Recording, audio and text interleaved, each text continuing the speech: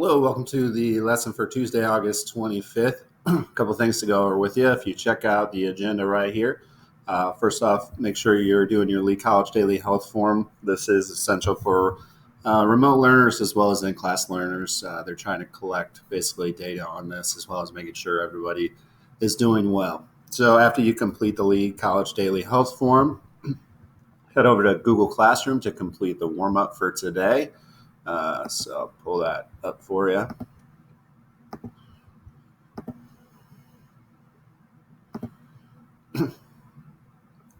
All right, so the warm-up for today, you're going to be analyzing the first half of the poem Upon the Burning of Our House by Anne Bradstreet.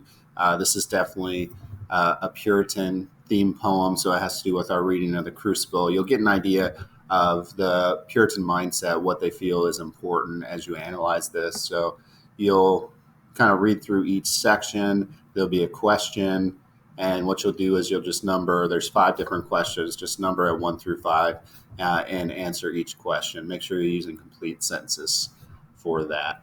All right, so once you complete that, head back to the site. There we are. All right, so let's take a look at the slides for today. So we're going over author's presentation. So this has a lot to do with rhetorical devices, which you guys have studied before. There's going to be some links to each one of the rhetorical devices that takes you to the Lit Charts website, and there's a lot of good information. It gives you a lot of examples, as well as explains in detail which one of the are, like alliteration, for instance, explains in detail what that is, how to look out for it. It gives numerous examples of it in text. So this is just a great resource for you to go to. So when we're talking about author's presentation, the tone depends on author's purpose and audience and is created by using presentation tools. So some of them we've already talked about. Rhetorical appeals to ethos, pathos, and logos. Modes is just basically the different structures of arguments that you're going to have, or different structures of writing, and it all has to do with the purpose of your writing. Finally, we move on to rhetorical devices. So like I said, we've been through this before. Take your time, read through this slide. I'm not going to go over everything because a lot of it's just extra information that you've seen. But I do want to spend some time talking about tone. So remember, tone has to do with the author's feelings on a subject. Its general character or attitude could be cheerful, depressive, sarcastic, sincere, comical, mournful.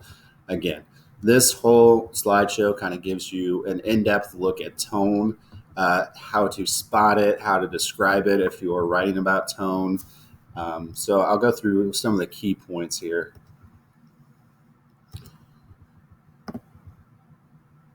All right, tone explained. So it's always possible to describe the way that a writer uses language. Therefore, every piece of writing has a tone. Even when a writer's aim is to use completely neutral language, that's still a tone.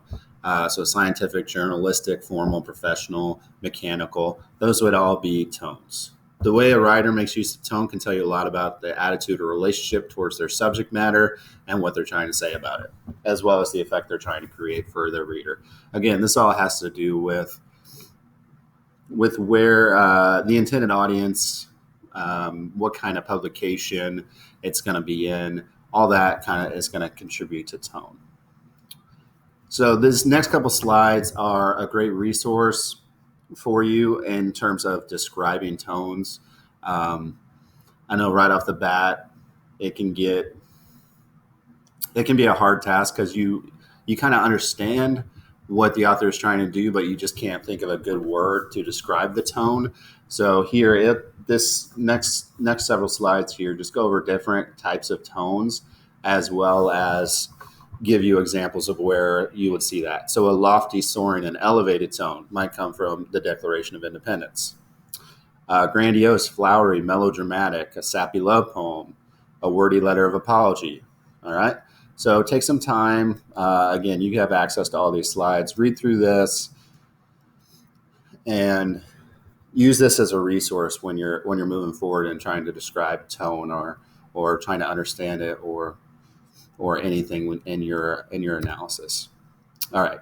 So this is important too. Tone depends on the connotation of the words used. Are they positive or negative connotations? What associations do the words bring to mind? Tone relates to diction and word choice. Obviously, we've seen that. If you think back to Lou Gehrig's speech, his diction was very down to earth, very colloquial. He wasn't trying to act like he was writing an academic paper. He was just a down to earth guy talking to fellow people. The use of figurative language. Is there a lot of metaphor, hyperbole, or alliteration? That's going to tie back to the tone as well. And then finally, the mood. So there is a lot of people confuse tone and mood. So there is a slide here kind of describing the difference between the two. So take some time to look at that. The key takeaway is tone has to do with the author's feelings on the subject, whereas mood is interchangeable with atmosphere, and it's basically what the writer wants you as the reader to feel as you're reading the piece. So tone, again, is the attitude of the writer, and mood refers to the way they want you to feel. A lot of times the two can line up, but they're not always going to.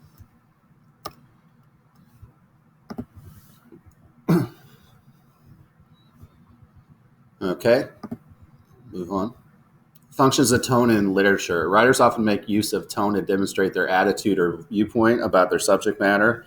We've talked about this before. Tone is also an important way for writers to shape their readers' experiences. So tone does relate to mood, but the two are different.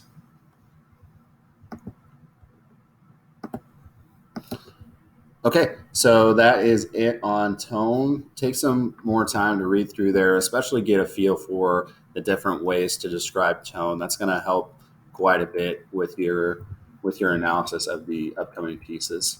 So today you guys are going to be looking at, let me pull up the website here. Okay, so today's piece of literature you're going to be looking at is A Model of Christian Charity. So this was written by John Winthrop as he's aboard the Arabella. The Puritans are setting sail for America. He's just basically describing what kind of society they're trying to build in the New World.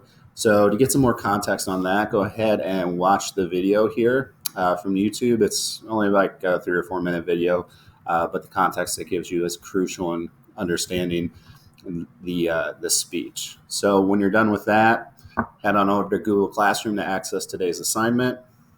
And if you have any questions, feel free to reach out. But have a great day.